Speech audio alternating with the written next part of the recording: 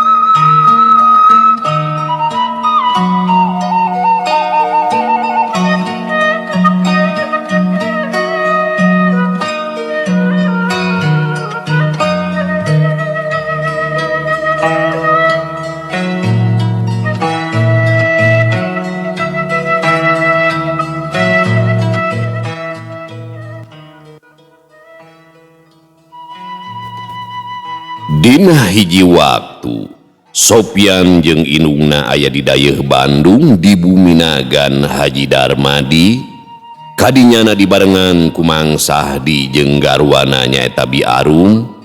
Gan Haji Darmadi nuju calik disarengan ku putrana Den Rasmana sareng Den Lasmana.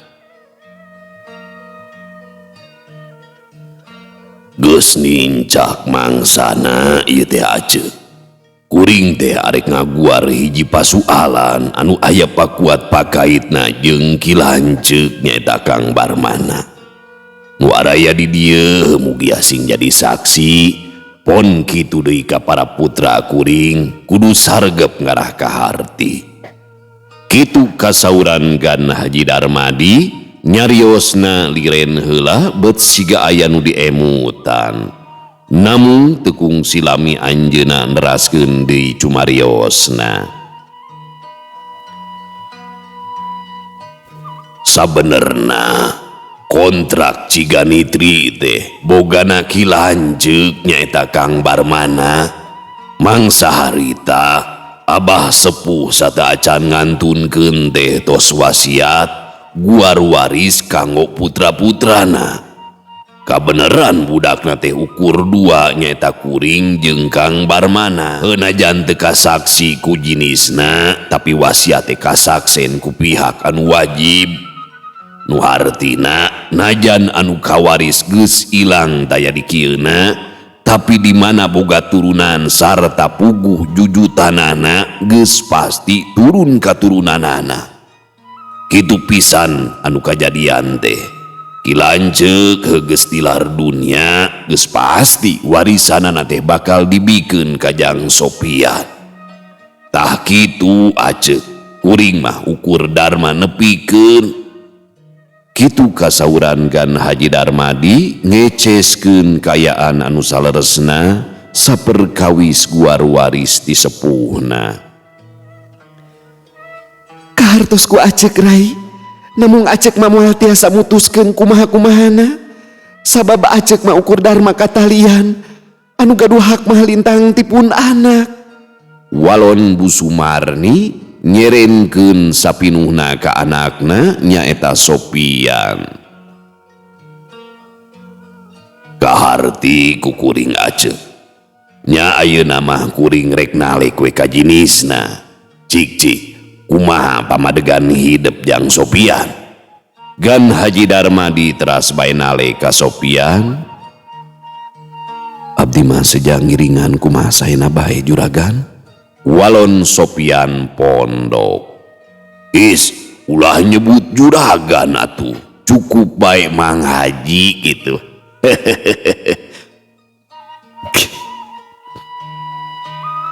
Atuh Mang Haji mah suarana teh kieu. Kumaha? Ya Kang Haji mah di Mekah. Sabaraha kali 25 kali ka Mekah ge. Asa katampian we ka Mekah. Tak kitu panginten suantena. Mang Haji. Aing sok inget kana wayang ada Mang Haji teh.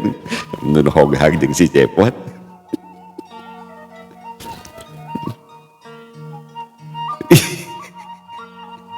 Sakabeng mata itu kemedah keri ya.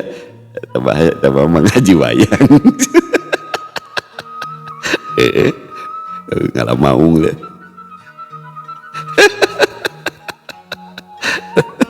Boleh terus. Kata Wisgan Haji Gumujeng teras cumarios deui. Kontrak Ciganitri ayeuna keneh diserenkeun ka hideup, sakabeh susuratan geus aya dina meja. Ngan rumasa ladang atawa kahasilan ti kontrak Ciganitri teh geus dibelikeun kana parusahaan teh sejena. Hidup ge tangtu apa? Eta mah kumaha hidup dina urusan balitungan mah da puguh aya catetanana. Abdi itu mampi Mang Haji saperkawis kahasilan matong janten emutan. Margi kontrak Ciganitri saumpamina teu dikokolakeun ku Mang sareng Rai Rasmana mah moal tiasa majeng dugi ka sapertos kieu. Sanaos tos seren sumeren oge abdi mah bade teras ngokolakeun sadayana perusahaan teh. Margi perusahaan teh pan milik urang sadayana. ditinggal tipun aki. Cek Sopian mereka cinekan kagan Haji Darmadi najan budak kene tapi pamikirna geus koloteun. Gan Haji Darmadi tangka gogodeg kataji ku cariosan alona nyaeta Sopian. Bunga Mang Teja caritaan ilaing mah tamleg pisan ramah hidup. Geus puguh kieu mah ngarasa regreg. Aya hiji deui nu tacan kacaritakeun teh nyaeta perkara imah ditinggal aki hidup anu pernahna di jalan Ciateu. Eta wangunan sarua diwariskeun. Nyaeta diwariskeun ka ramah hidup. Najan tara dicicingan tapi aya nu purah ngurusna. Keun salse mah urang kaditu nempo. Kitu poknagan Haji Darmadi kalintang bingahna ngadangu cariosan Sopian teh. Mangga Mang Haji, abdi mah sejak ngiringan bae. Sarerea ngerasa bunga seren sumeren geus rengse Bu Sumarni kacidaguligahna najan hatena mah ngarakacak emut kacarogena anu tos teu aya.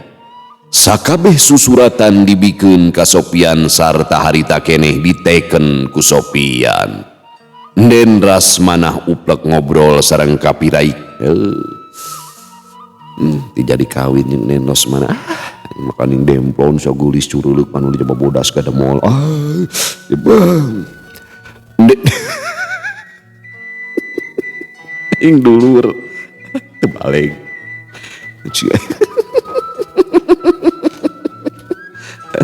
Iman ngarang dongengna tuh cerug tuh coba bae we tuh kumaha we carana gitu jadi dua gitu aja.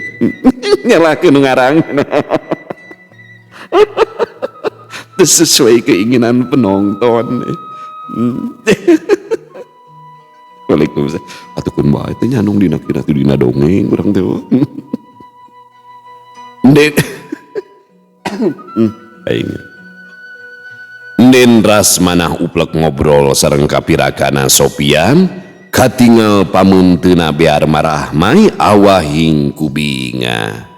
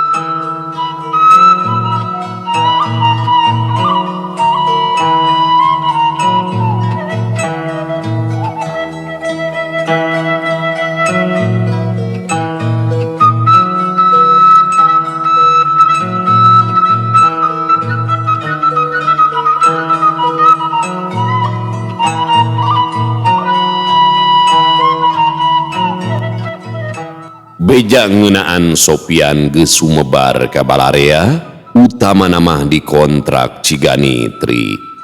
Taya nu nyangka lamun Sopian teh anak lancekan Haji Darmadi anu boga kontrak teh Ciganitri. Sararea ngerasa bunga sabab geus kasaksen ku sararea lamun Sopian teh tangtungan jalma anu hadehate. Kumaha we tukang dongengna? Pret.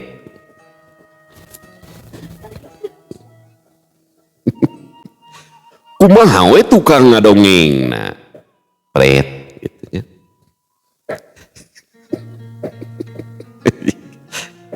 Dina hiji waktu Sopian ngahaja mawaneng elah ka imahna nu aya di dayeah Bandung. Bu Sumarni ge ayeuna mah geus pindah ka Bandung. Ari imahna anu aya di Cilampeni dititipkeun ka dulurna. Ari Mang Sahdi kiwari geus jeneng jadi asisten kawasa pabrik ngahaja dijenengkeun ku Sopian ngarah babari dina urusan pagawean. Mangna kaangkat derajat aja, subhanallah. Mangna nasara macan mandor-mandor aja. Kitu deui calon mitohana geus jeneng mandor besar pemeliharaan, sarua deui dijenengkeun ku Sopian. Mere manfaatnya luar biasa tah kitu hirup teh ya. Jalma sukses mah anu bisa nyukseskeun batur. Gitu. Jalma sukses teh lain jalma anu sukses sosoranganan, tapi bisa nyukseskeun batur, bisa mere manfaat ka diri kulawarga, tetangga, baraya kabeh ngerasa manfaat, ngerasa bunga, urang sukses teh kitu nya.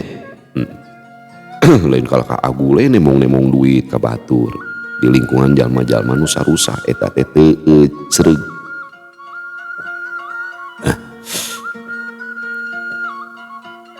Basa anjog ka imah Sopian, neng elah tangka colohok, sabab ningali imah anu sakitu agrengna, rek unggah teh eta neng elah meniru megag, ngan untungna Bu Sumarni kaburu norojol manten.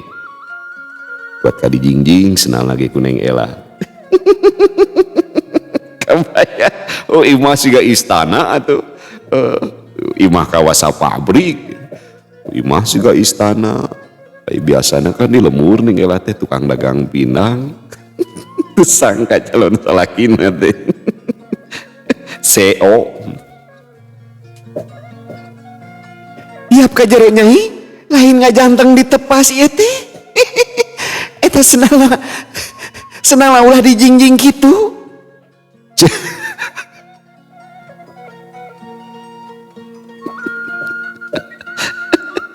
Ningali teras ka terang gitu dijingjing senang. Ceuk Bu Sumarni ngahiap kaneng elah bari seuri. Nuhun mangga Bu. Temal neng elah semu era bari unggah ka jero imah dibarengan ku Sopian. Sarerea gukek dari yuk dina kursi. Cing ngadamel cai kanggo si Anom sareng pigarawaeunana. Ceuk Bu Sumarni nitah karencang nanu aya di pawon. Onyok sumangga Den. Ceuk rencang na ngawalon ti pawon. Kemah geus kawin, wayahna nyai cicing di dieu jeung ibunya, sabab ieu imah anu Sopian pisalakieun hidup. Keun salaki hidup masih najong-jong ngokulakeun perkebunan di ditu. Saminggu sakali bisa balik ka dieu. Kana kendaraan mah ukur jam-jaman ti Ciganitri ka dieu teh. Ceuk Bu Sumarni nepikeun kahayangna kaneng elah. Unyuk sumangga Ibu, abdi mah sejang ngiringan bae. Walau neng elah pondok. Tadi teh kaamanatan ku Mang Haji, ngeunaan waktuna syukuran pikeun kawin hidup. Lamun diitung ti ayeuna mah kurang leuwih saminggu deui. Ceuk Mang Haji deui. Alus nama hajatna di Ciganitri ngarah kasakseun ku balarea. Oge di emohan, arik aya hiburan tilu poe tilu peuting cenah. Itung-itung pakaulan. Pokna Bu Sumantri nepi Sumarni. Pokna Bu Sumarni nepikeun amanatgan Haji Darmadi ka Sopian. Mangga Bu, abdi mah sejang ngiringan bae. Namung anu di lemur tos diwartosan kitu. Rencana ibu teh poe ayeuna rek kalembur ngadaguan mobil di eusi heula bensin ku Mang Yayat. Moali lagi bakal ka dieu. Regreg upamitos kitu mah Bu. Ari neng elah basa ngadenge caritaan Bu Sumarni teh gegebegan sabab waktu ukur saminggu deui, tapi pihak manehna can tataharna naon. Neng elah sieun kawiwirangan, bari rumegag pok bae neng elah teh cumarita. Hapunten Bu, abdi sejang ngiring cumarios iteh. Ngadang mah waktos kanggo nikah samingon deui. Namun kumaha atunya pihak abdi tak can tataharna naon. Tong jadi pikiran gelis anaking. Ibu geus nitah ka Mang Sadi pikeun nepungan ramah hidup. Sagala kaperluan keun ditangkes ku ibu. Hidup mah kariprakna tong loba pikirannya. Tembal Bu Sumarni nandeskeun. Hatur nuhun Bu, kartos upami kitu mah. Ceuk Neng Ela baring luk tungkul awahing ku era. Rencang Bu Sumarni kadinya mawacai jeung lalawuhna, sok ditunda dina meja. Bilih bade tuang mah itu parantos saya gimana wi? Ceuk si bibi bari rengkuk. Keun ke bae bi, tadi teh di jalan nyimpang geula ka restoran. Temal Sopian. Mohon Aden, bilih aya kaperyogian mah kantun nyalukan wae ka bibinya. Ceuk si bibi terus ngaleos deui ka pawon. Tidid kadenge suara klakson mobil ti luar. Tah, Mang Yayat geus ka dieu geuningan. Hampura ku ibu di kantun heula nya Nyai. Aya kahayang makari ngomong bae ka si bibi. Sopian, anak ibu, ulah wara mulang ka Ciganitri. Daguan bae nepi ka isukan mulangnya. Ceuk Bu Sumarni terus cengkat ngarawel tasna dina kursi. Nuhun Bu, unjuk sumangga. Tembal Neng Ela meh bareng cengkat jeung Sopian anu maksudna mah rek jajab Bu Sumarni nepikeun ka lawang. Samangsa geus tepi kaburuan, Bu Sumarni terus bae unggah kana mobil. Ari Mang Yayat ukur gugupai ka Sopian bari nyerengeh seuri, geleser mobil sedan Mercy maju lalaunan dijajab ku paneuteub Sopian jeung Neng Ela. Satu tas mobil geus jauh, duanana arasup deui ka imah gukek dariuk dina kursi.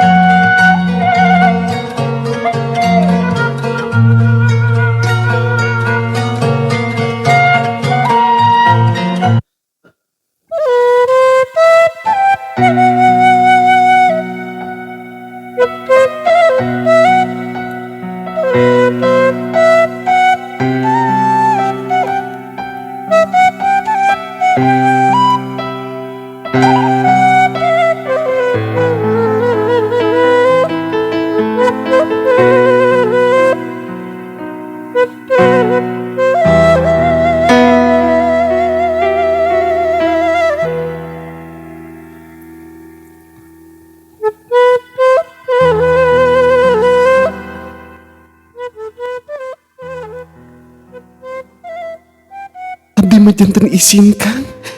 Ngarostu geunahna takut disaprak terang Kang Sopian teh geuningan nu gaduh perusahaan. Rumaos abdi mah urang kampung daya kagaduh. Sakibuktosna. Ceuk Neng Ela cari nakdakan lu tungkul. Sopian teu wara ngawalon ukur neuteub ka Neng Ela. Neng Ela anu nganti jawaban ti Sopian teh terus bae tungkul bari nyoo tungtung tiungna. Tapi najan geus ngalentuk, Sopian teh taya cacarita. Neng Ela cengkat ngareret ka Sopian. Horeng jinisna teh keur neuteub ka manehna bari imut. Dasar pika sebelenya. Panon anu geulis teh ngadila ka Sopian. Atuh Daneng masuk ka mana wae nyarios teh nya. Sopian ngagak-gak seuri. Nyawa dasar si Raden Barja. Ari awewe kitu we nya. Mau deui teh. Awewe ke Bandungan nu punung ning pas di lawang pantau. Dicabak leungeut. Cicing batu gitu. Capat teh. Cicing Sukuna teh batu. Najong ieu geuning ieu. Tabung gas.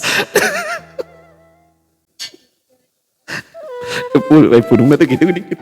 cicing batu. Bus ini. Terus dituyun kalau Cicing udah lungun hatinya, oh udah najong udah. Naonin wayannya, oh diharapun teh tabung gas beletuk. Sacing muka salah tuh. Salaki pajarkeun KDRT. Dangkeun urang teh pan sakedap di bakal nikah. Tapi imah hantem bae ngemutan anu teu pararugu.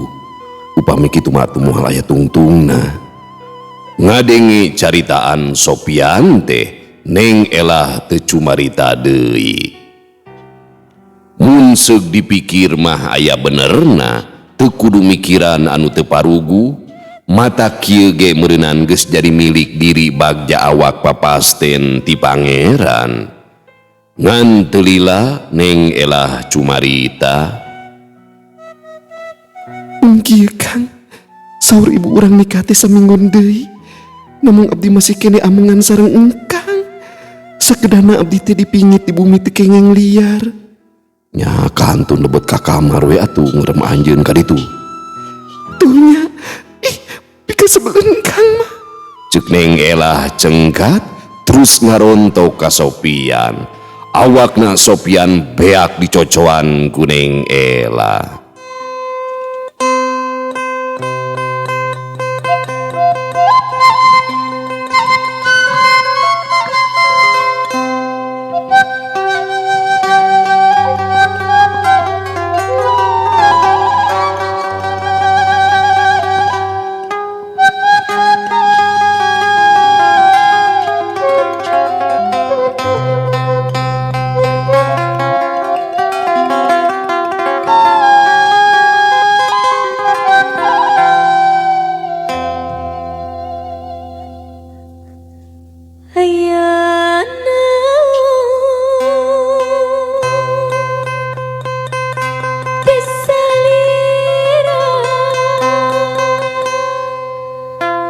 Hoyong te nepangan bae ayana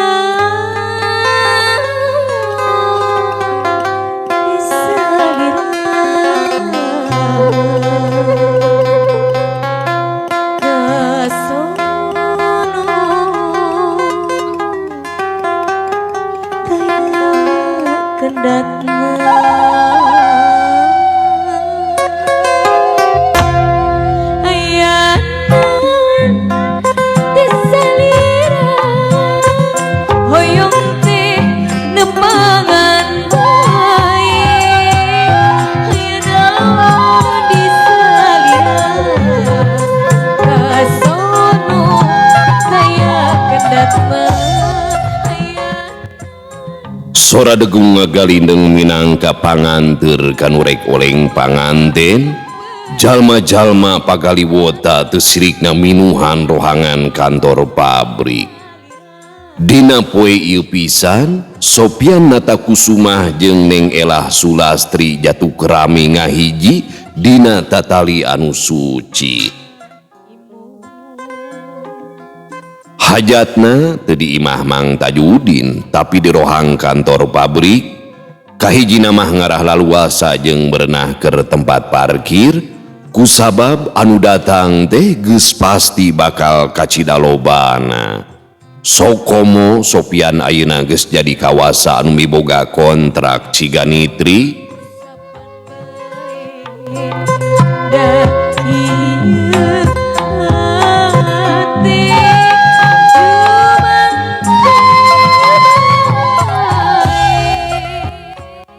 Basareng sewalimahan, Sopyan digendeng kugan Haji Darmadi sareng Bu Sumarni, kitu deui Neng Elah digendeng ku sepuhna.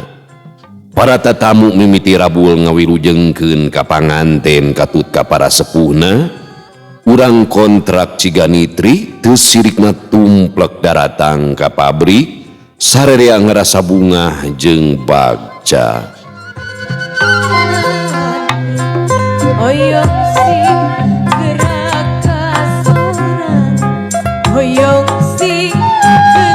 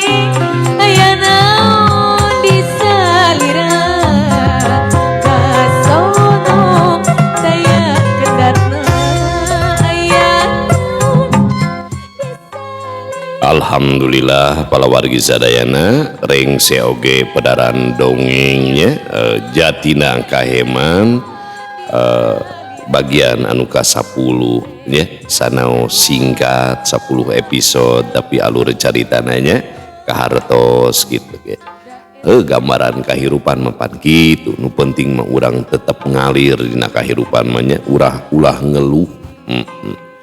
Kadang-kadang oke teu sakediknya jalmi anu sangsara miskin ceuk sareat mah urang pilu murah tapi ucapan jeung cara berpikirna sae kayakinanna sae eta ucapanana cara berpikirna kayakinanna anu sae teh nganterkeun hirupna kana takdir anu sae mata hati-hati tina ucapan hati-hati ieu aya rahasia di dieu teh nya anu bakal nangtukeun sukses jeung henteu suksesna hiji manusia ya nyaeta keyakinan urang sadayana di zaman kiwari loba penyakit anu ngaranna penyakit batin teh nyaeta nifaq karagu-raguan dina kahirupan teh boro-boro yakin ka diri sorangan boro-boro yakin ka pangeran bannya ragu jeung ragu we hirupna teh da eta nu bakal jadi naon teh hahalang urang pikeun maju dina kahirupan teh nya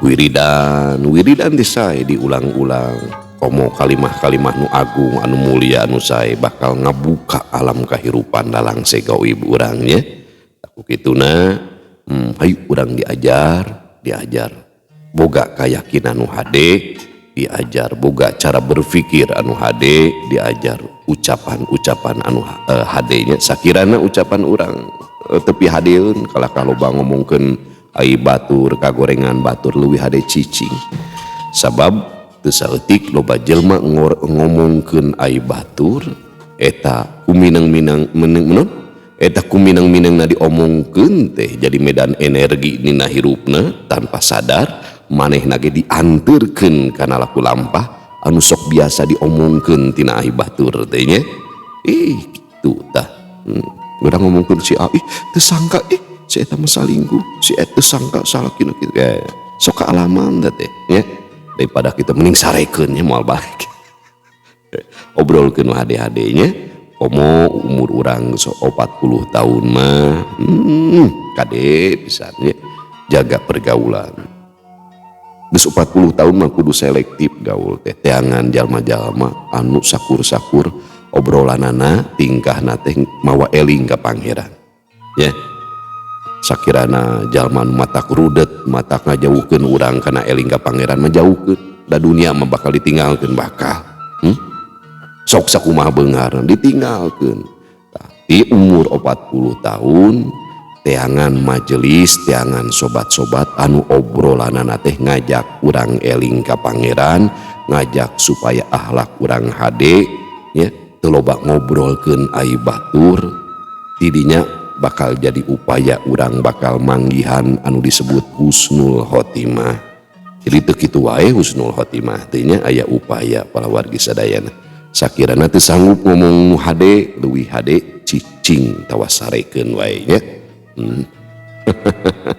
ya sebab luar biasa umur 40 tahun teh ciri turuna rahmat Gusti ka jalma anu dianterkeun dina hirupna nepi ka umur 40 tahun dina umur 40 tahun mah geus sagala kaalaman pait peurna kahirupan geus kaalaman nya cinta jeung hianat teh geus kaalaman susah senang teh geus kaalaman geus kaalaman ditinggalkeun ku kolot hiji-hijinya naringgalkeun aki nini naringgalkeun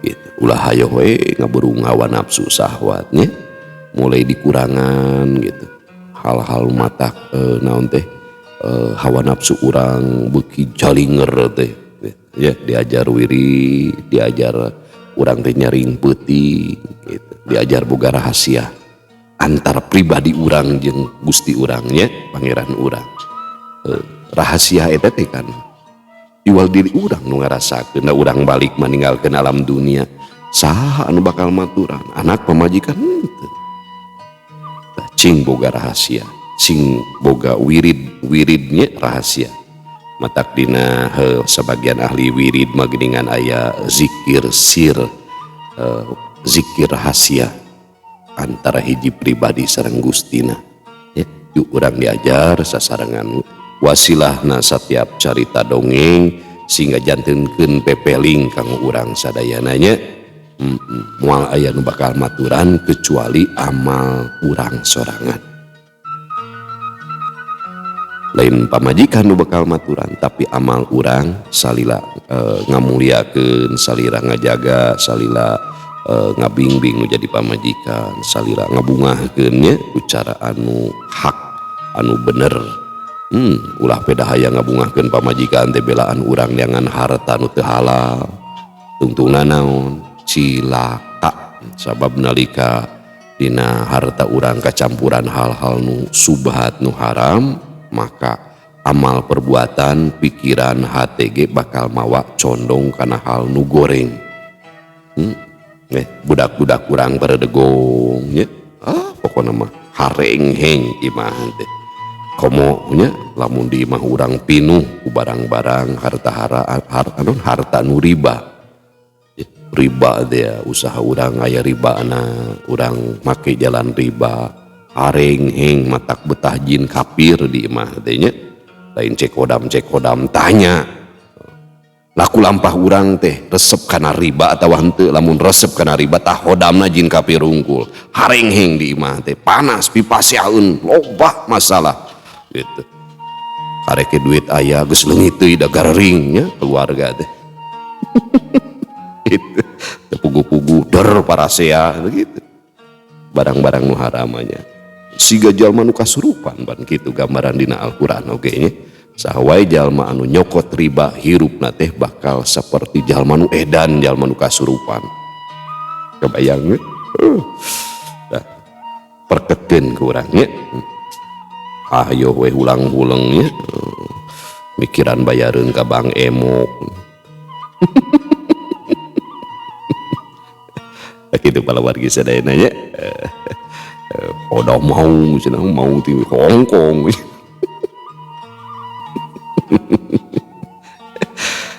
tanya diri orang layak tuh orang di hodaman hal-hal anu mulia anu halus laku lampah urang goreng hati urang goreng pikiran urang goreng amal urang goreng ya ngaku-ngaku di hodaman raja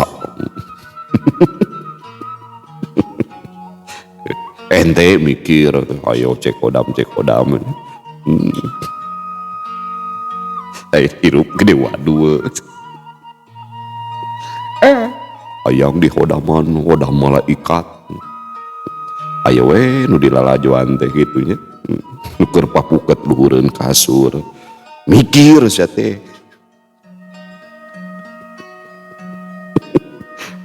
ngaku boga hodam mau aya dua aing pas nyelap mah ATM nya kartu ATM itu bisa dititah nyokot kartu ATM nu nyelap ampun hodam pehul cag urang tuna di hanyuang siang urang teuneun di haneulem sieum paranti nyokot ninggalkeun mangsa datang ka sampeur deui wallahu muwaffiq ila aqwamit thoriq wassalamualaikum warahmatullahi wabarakatuh.